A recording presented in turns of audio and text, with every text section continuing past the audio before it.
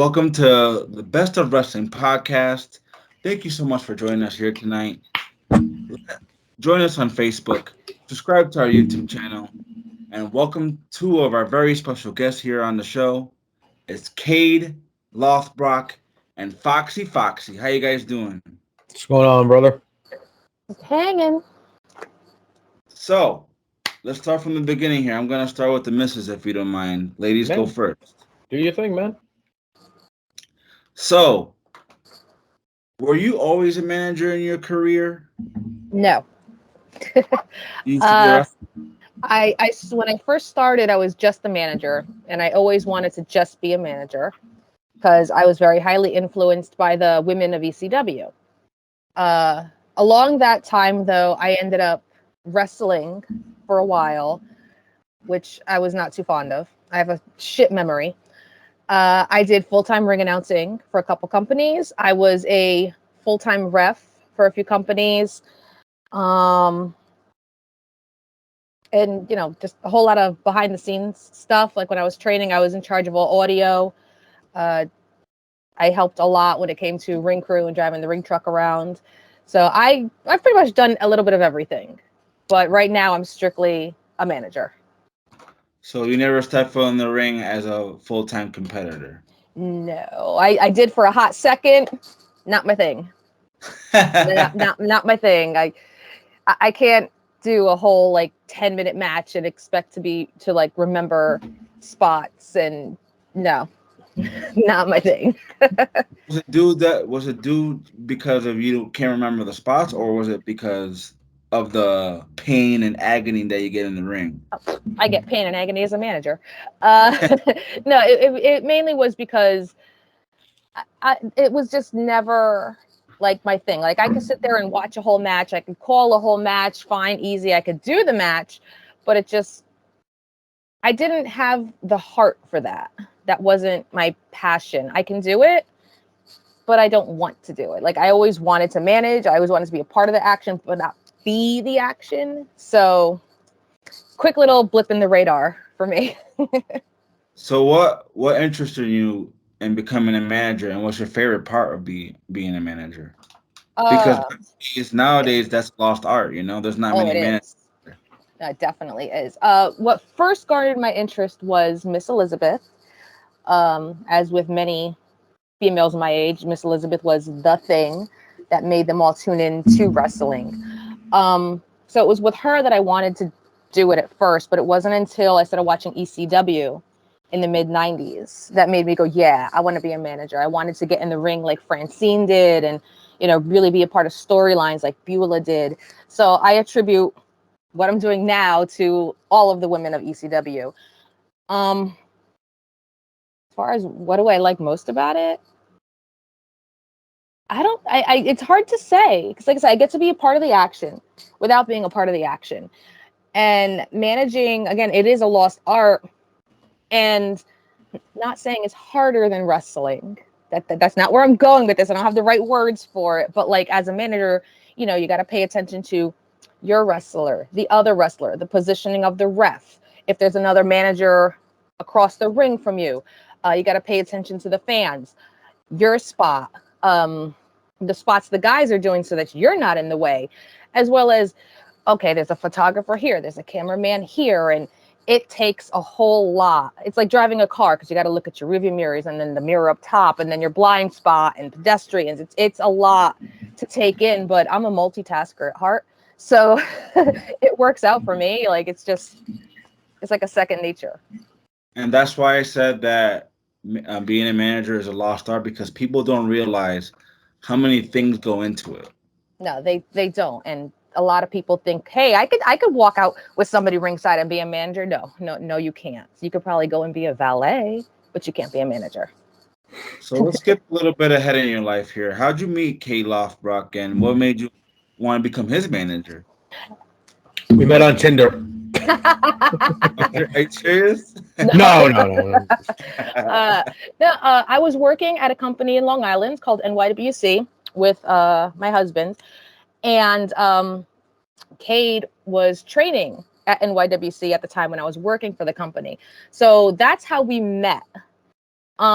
I actually managed him in 2007 at NYWC as part of a faction called the Black Circle with Mikey Whipwreck. And it was a short-lived faction. I left that company very shortly after the faction had started. So we never really got a chance to fully flesh out, like, working together. And I left wrestling as a whole in like 2010. We remained friends, of course. He was doing his thing, and I'm so proud of him for everything he did. And about 2 years ago, he randomly messages me with, "Hey, do you want to come back to wrestling?" I'm like, "No, no, I fucking don't." Then he asked me again. I'm like, maybe. So fast forward to this year, he mentioned it again, and I'm like, yeah, let's do it. So, what made you quit wrestling in the first place? well, there are two reasons. First one was because I found out I was pregnant with my husband and I's second son. But the main reason is because the company that I was working with last, they treated me like I didn't exist, and they really didn't like me as a person. So they made it to where my last show with them, I just never wanted to return with the treatment that they gave. Like, I was just done with everything. So, Mr. Kaide Lothbrok, now I'm gonna switch it over to you for a few minutes. All right. I want to know, what's your first earliest memory of professional wrestling? I get asked that a lot, and I honestly I can't give you an answer. All I can say is I don't remember a time it wasn't in my life. But I mean, vividly, I remember just stumbling upon it with my dad. I believe he brought home. I want to say it was WrestleMania 8. But I don't remember like what exactly was the first like time I watched wrestling. I just can't remember when it wasn't a part of my life. Like it's just like I grew up, wrestling was always there. You know what I'm saying? All right. And who were some of your favorites when you were growing up? I mean, when you're a kid, I think everyone at some point was a Hulk Hogan fan. But it was like Hogan, and then as I got older, Jake Roberts is probably not probably Jake Roberts is my all-time favorite. And at first it was because of the snake. I'm a big reptile guy, as you can see the many tanks in the background. But Jake was always a huge favorite of mine. And then as I got more into wrestling and became part of the business, you learn just how good Jake was. But Jake Roberts, The Undertaker, the Legion of Doom, Cactus Jack. Then, as you know, the Attitude Era. I mean, if anyone says they weren't a Stone Cold fan at some point or in some way, they're lying. So Steve Austin, and then as I got more and more into my wrestling fandom, I found ECW. ECW in about 99, 2000. So I kind of missed the real hot years, but I was a fan of Tommy Dreamer, fan of Taz, huge fan of Raven. And then, right before I started training in wrestling, I stumbled upon New Japan and Old Japan. And then you got guys like Masawa and Kawada and Kabashi. So, I mean, my wrestling fandom, dude, it changes with my age as I get older. But ultimately, if somebody said, "Hey, what's your Mount Rushmore?" It'd be Jake Roberts, Terry Funk, the Legion of Doom, and then a toss up between either Steve Austin or The Undertaker. We just played that game. Yes, we did. Yeah. During the Very good picks. Yeah, it's hard. It's hard to pinpoint one, but I always go back to Jake Roberts. Like I can put a Jake Roberts match on and just watch it 1,000 times and find something new or find a little nuance that he did. So that for me is, I don't watch a lot of new stuff, so I'll go back and watch a lot of old stuff. So I always lean towards, heavily influenced by Jake Roberts and Raven, and I think it comes out in my wrestling and my look and stuff like that. And one thing about Jake Roberts that I want to mention that is not done today is that his promos were very, oh, very soft spoken. So you Mhm. had to pay attention to him. You know what I'm saying? And Not like today that yell and scream at the camera. that's what I try to do. I try. I don't succeed all the time, but I try. I've stolen a lot from him. I've stolen a lot from Raven. I believe it was Terry Funk coined the term when I got to meet him. A wise man knows where to steal his stuff, and there's no such thing as stealing. It's just taking inspiration. So that's how I look at it. And one thing about that is in wrestling, there's no stealing because everything has been done. For the most part, yeah, for the most Yeah. part. But back on track here. Where was that moment in your life where you said, "I want to do this. I want to become a pro wrestler"? I mean, I always wanted to as a kid. It's like, you go to school. What do you want to be when you grow up? I want to be an astronaut. I want to be a ball player. And for me, I want to be a wrestler. But believe it or not, the one time that I could vividly remember, like wanting to do it and saying I'm going to do it, was and I'm sure this might be a taboo or a sore spot with people, but it was the Chris Benoit DVD.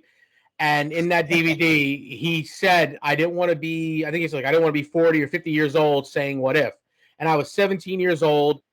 I didn't really want to, go to college. I had no real aspirations. I did college for a year and a half. It wasn't for me. I told my mom, and I believe Foxy kind of has the same story. Like, I want to be a wrestler. This is what I want to do. This is all I ever loved. I played football. I wrestled in high school, and I wanted to be a pro wrestler. And hearing Benoit, I know, like I said, it's a taboo thing. Benoit did what he did, but hearing him say that just resonated with me. And I found a school, and I lucked out that NYWC prior was called Critical Mass. They shut down, but were reopening as NYWC under the head trainer was going to be Mikey Whipwreck of ECW, WCW fame. So I lucked out. Very fortunate that right place, right time, the whole 9 yards, and I got trained by someone very credible. Which if you talk to anybody that's ever gotten to wrestling, you want to get trained by somebody that has done something. And then there are a lot of great trainers out there that have never done anything. But I was very fortunate to be trained by somebody that was on national television on a weekly basis and learn from some of the very best. And that's it, man. I guess you could say Chris Benoit credited me. So, what was that, partner? Who was that person that trained you, if you don't mind me asking? I was trained by Mikey Whipwreck, Triple Crown winner from ECW. He wrestled in WCW. He was in Impact Wrestling for a cup of coffee. He teamed with Tajiri, teamed with Mick Foley as Cactus Jack. He beat Steve Austin. I guess in a way, I mean, look, you can say who invented what, but he absolutely was one of, I believe Jimmy Garvin did the stunner first, but Mikey brought it to the main stage, and Steve Austin actually openly admits that he stole it from Mikey Whipwreck. So the whippersnapper was the stunner before Austin made the stunner what it is today. And Facts. I totally agree with you. I used to watch Mikey Whipwreck in ECW, so I know exactly who you're talking about. So I'm gonna Yeah. switch it over to Foxy real quick. Did you train at the same wrestling school? No, I did not. I'm Jersey born and raised, so I had to find a school in Jersey. Now, I'm going to age myself here because when I was looking for a wrestling school, the internet was just starting. It was like 1998, you know? So I'm like, how the hell do you find a wrestling school? But I got lucky in the fact that my dad had gotten tickets to a local indie show because the Attitude Era was like pumping. So indie shows were like all over the place. And at the indie show, there was a program with a flyer inside for the East Coast Professional Wrestling School. And I'm like, ooh, I could go now. So, the same thing. I approached it to my mom and dad. I'm like, can I train? I always said I wanted to be a manager. And again, I didn't have many aspirations for college because I didn't know what the fuck I wanted to do other than be a manager. So we met up at the school a couple times, saw what it was like, and they eventually said, yes, you can do it as long as you keep your grades up, because I was still a senior in high school. And that's the history there. It's a very cool story. So, if you can use one word to describe Mr. Kaide Lothbrok here, what Oh would that boy. be? Why? Rage.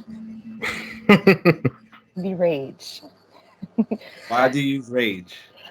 Well, he doesn't smile much. You have to force Nope. him to smile. And any little thing can set him off. I feel like I'm his handler more than his manager sometimes. But in the same right, I'm always the one that like will be like, look, it's fine, calm down. But if anything happens, I'm getting into the fray. I'm gonna beat someone's ass too. So I'm just as bad as he is. She's the only other woman in my life that basically calms, not calms me down, but controls me.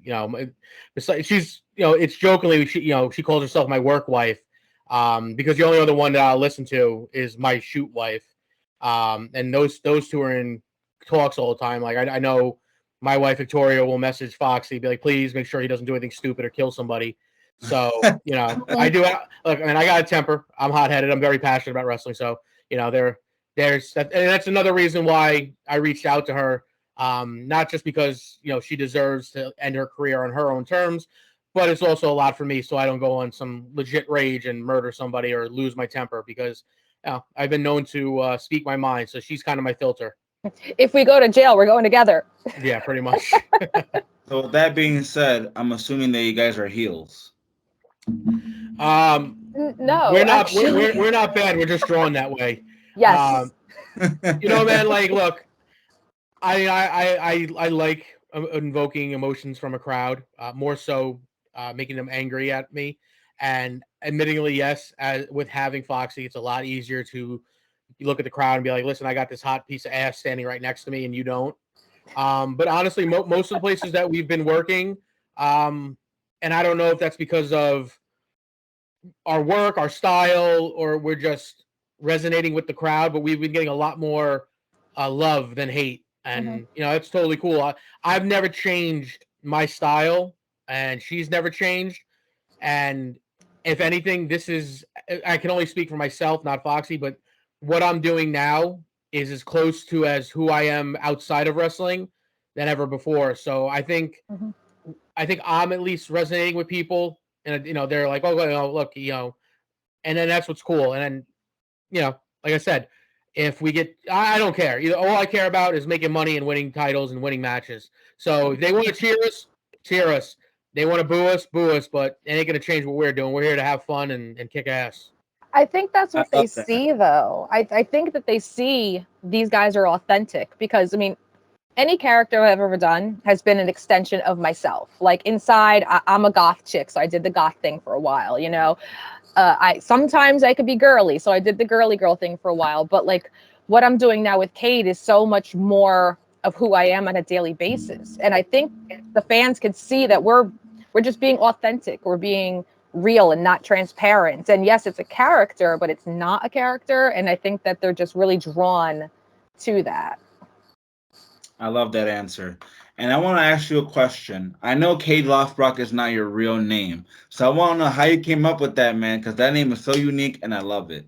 So my original wrestling name was Stockade. And that was given to me by, not my trainer. Mikey didn't give it to me. He was a friend of Mikey's that he trained with another guy named Shane, who's one of the owners of NYWC. And the guy's original name was Damian Stockade. And originally I was going to be Damian Stockade. Funny story, Foxy's shoot husband's name was Damien. I'm very big on respect. I'm one of the, Eddie Kingston coined "Last of a Dying Breed." Eddie's a mentor of mine, and I come from that same cloth. I'm very respectful. I give respect to the people that come before me. So, without being told, without being asked, I remember. I remember it was a show that I was going to debut on. I went up to Foxy and Damien, and I said, I introduced myself. I'm sure they knew who I was. But I said, hey. They wanted me to use Damian Stockade. If you don't want me to use it, I absolutely won't. And truth be told, I didn't want to use it because why have two guys named Damien? And he's been doing Damien Dragons probably since he started wrestling. So he was very cool with it. They both were. They were both like, we don't care. And I think I earned points for asking. So they wrote down, I don't care. My shoot name is Joe. So some reason on the run sheet, they wrote down Stockade and underneath Joe, and then the guy I was wrestling was named Spinelli, and his real name was Mike, so they wrote Spinelli Mike. Well, the ring announcer wasn't smartened up, so he announced me as Stockade Joe. I'm like, great, now I'm like I went from being a Damian Dragon ripoff to a shitty Samoa Joe ripoff. The name change, basically what happened was I was 390 something pounds at my heaviest. I got grossly overweight, even though I was having a great run doing deathmatch wrestling and Blackcraft wrestling and doing all this cool stuff as Stockade. I was literally, according to my doctor, on death's door. He didn't think I was going to make it to 40. I was type 2 diabetic, grossly overweight. It affected my not just my professional career, but my personal life. I was single. Every, we can go down a rabbit hole of every sad story. So I wound up meeting my now fiance wife, and she turned my life around, got me to go to a doctor, the whole nine.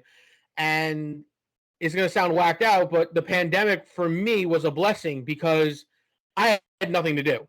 Literally nothing to do. I wasn't working a shoot job. I wasn't wrestling.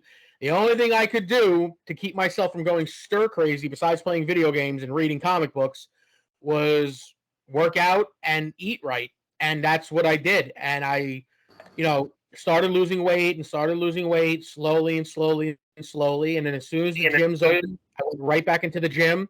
And I took it seriously, and I took it where I don't care what I look like. I don't care if I can bench press. The heaviest bench I ever did when I was in my younger years was, 375. I don't care about getting to that again. I want to be healthy. I want to live. And I dropped right now about 157, 58 pounds. So I appreciate it. So basically, I could have kept the Stockade name, and I had a falling out with NYWC. So basically, my thinking was this pandemic happened. This is my chance to reinvent myself. This is my chance to do a complete 180. Stockade doesn't really fit at 240 something pounds, in my opinion. My legit cultural background is, Scandinavian, Norse mythology, paganism, Viking stuff. So I took the last name, just like Finn Balor did. Finn Balor's, I believe, Irish or whatever he is. Celtic, yeah. Celtic mythology. Mhm. Well, Ragnar Lothbrok is said to be real. It's still up in the air, but obviously Vikings. There's a lot of stories about Ragnar Lothbrok. Danny Moff. I don't know if you know who Dan Moff is, but he's a OG East Coast, wrestler. Mm. He was like, dude, you should use that last name. And I was like, I'm like, okay. So we were trying to come up with a name, and I was just like, I'll just use Kaide. It's still attached to Stockade. It's just shorter. And then I added the last name, and that's basically, it took me 14 years to kind of find the pair of shoes that fit me the best I've ever had, so to speak. And like I said, this is as close to Joe as I've ever been. Like I've done the goth thing. I did the amateur wrestler.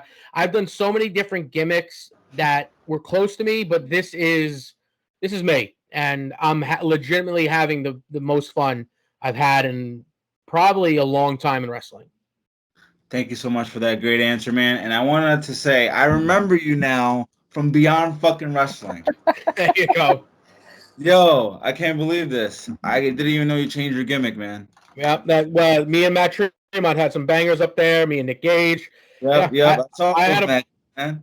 Yep, and like I said, man, I had to change, had to evolve. I could have stuck with the Stockade name and rested on everything that I did in the death match. Like I moved away from doing death matches for the most part. I'm trying to show people that I'm much better than that and make a name. And I've gotten, and honestly, because of Foxy, like people have asked why, I've heard it all. She's heard it all. People thought that me asking her back was some weird, like I'm trying to get with her or we're like some weird. It's not legit. She was the missing piece to the puzzle that is Kaide Lothbrok. Like, I needed, like I said, not just outside of wrestling, but I needed something to make me vulnerable because I have a history of, look, like what can you do to a guy that's wrestled on fire and light tubes and glass and cinder blocks? Like, what danger are you really going to put me in? And I'm not saying this because she's a girl, because she can kick anyone's ass. Believe me, she'll kick my ass. But having her there is, the kryptonite to Superman. You want, whatever you want to say. Like, there's not much you can do to me that's going to really make the fans go, oh, well, we've seen him go through this and that. Like, oh, him getting, it's hard. But now that she's there and now that we're tight, it becomes emotional. Now they can get to me through her, and that helps me because now people can sympathize with me because, again, how are you going to sympathize? It's the Mick Foley theory. When you're hearing, oh, this guy loves pain. Well, he's getting his ass kicked. Well, he loves it. So why do I care? But now every man, even though me and Foxy are just legit friends, every guy that has a girl or a boyfriend, or anyone that has a significant other can can relate to seeing someone they love or care about getting hit, getting attacked, getting hurt, or whatever, and it creates an emotional, a reaction where people are like, oh, okay, and they can invest in that, and that's what, again, she has helped me more so than I can ever thank her for. Like this is legit. Again, the funnest I'm having, and the stories and what we're doing in the ring is just. She came in the ring, and this was a couple shows ago. She had a tornado DDT, and it might as well have been like Hulk Hogan dropping the leg drop. That place went fucking ape shit. It did. So it's again, man. It's just the perfect thing. See a manager get physical, especially a female like her managing a monster like you, bro. People are gonna go nuts, Yeah, and like I said, this is the funnest I'm having, and I know she's having a blast because she's able to express herself and do, like she comes from an era, and Foxy, please, you could take over speaking, but I came in the tail end of that era, and she was basically in that era where women were looked at as like just tits and ass. Tits and ass, yeah. That's and it, yeah. managers didn't have a say. Guys didn't want, guys didn't want to look weak, and this. And now it's such a different dynamic where, and I think at first, maybe I'm speaking out of turn, but she's like, "What do you want me to do?" I'm like, "What do you want to do?" And she just looks at me like, "What do you mean? What I want to do?" Yeah, it's so true because, like, when I did come from a different era in indie wrestling. The women, they were, regardless of being trained properly, you were just tits and ass. You were just a piece of eye candy. You're probably a rat, blah, blah, blah. So when it came down to a lot of stuff, like, people knew what I was capable of, but no one ever really wanted to work with me. There was a handful of people that would, but it was just whatever, to the point where I never really cut promos. I got in the ring as much as I am now.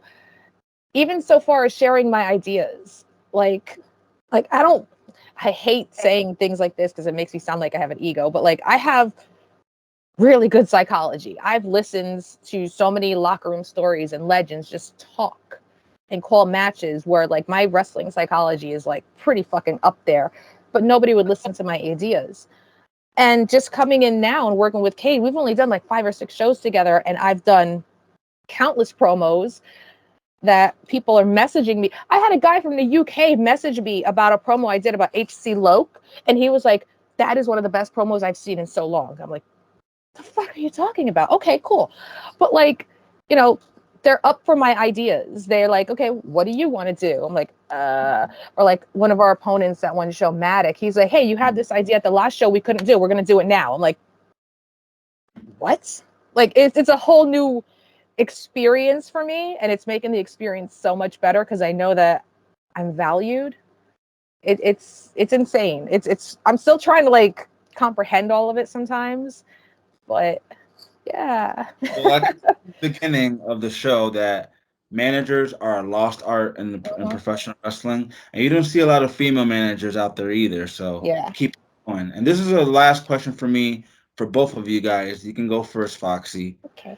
What are you looking to get out of this business? Like, what is your end goal to get out of this wrestling business?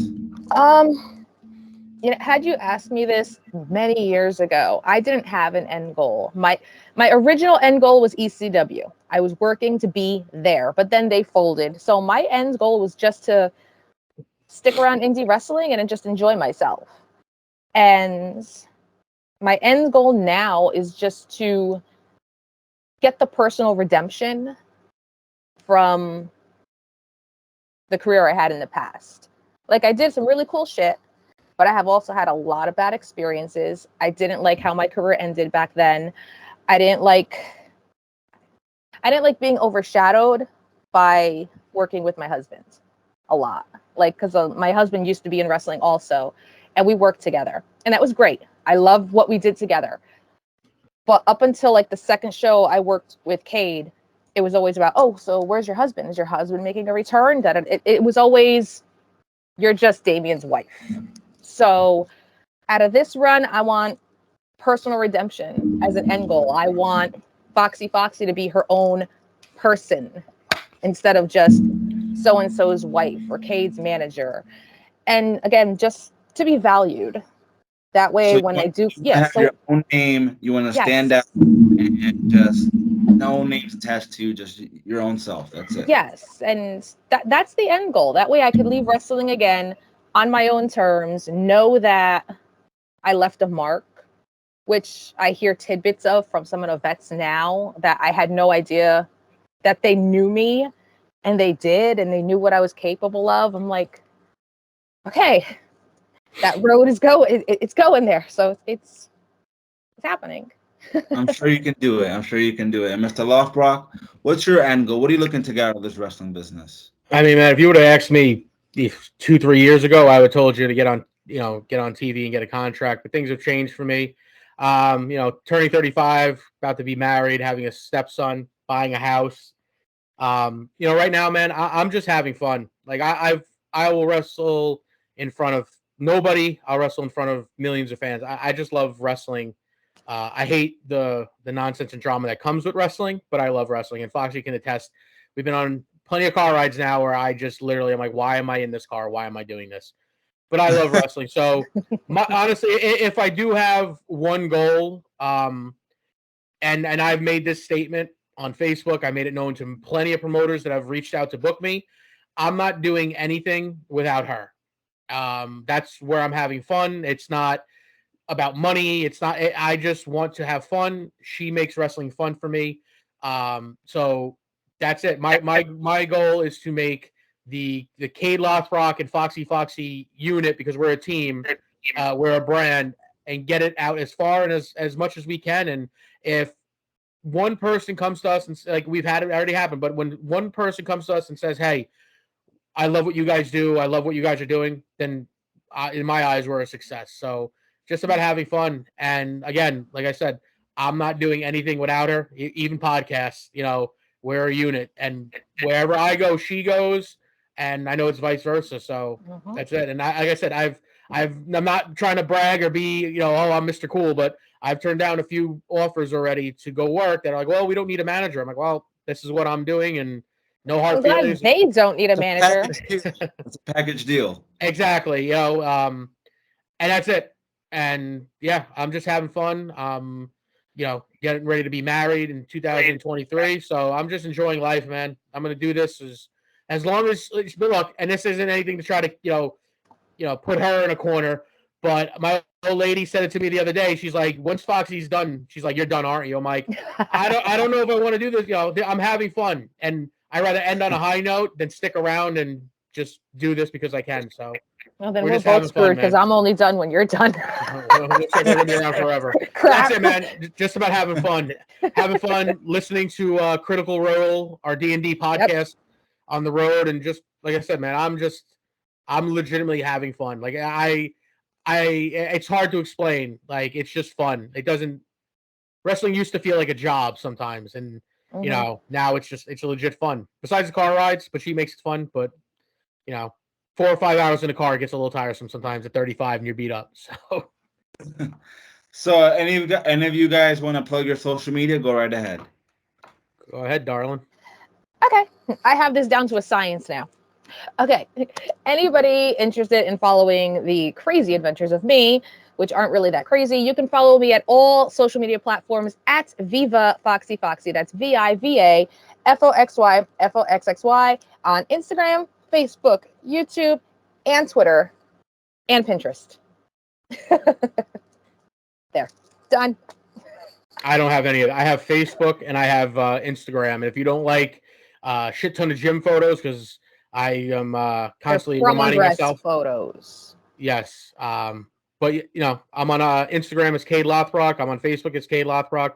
I got a YouTube channel, which is Kaide Lothbrok, which is my matches, promos, and stuff with my reptiles.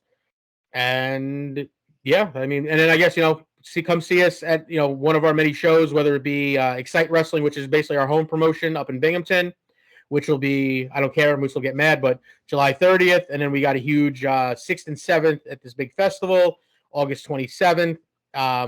Victory Pro Wrestling for myself, where Foxy will be joining me very soon come September. Tough and Talented Wrestling, Ace Pro Wrestling, and then the few other mom and pops that pop up that use us on the sporadic basis. So we're out there, we're doing our thing. We got tons of merchandise coming out. So, just hit us up and we will be there. Yep. And don't forget to check out those Stockade matches because they were bangers back at Yes, Base. please. I appreciate it. Yeah, man. I appreciate it. No problem, man. Thank you so much, Foxy Foxxy. Thank you so much, Kaide Lothbrok, for Appreciate it, joining man. me on the Best of Wrestling podcast. Don't forget to share this episode and don't forget to subscribe, all right? Bye. Thank you, guys.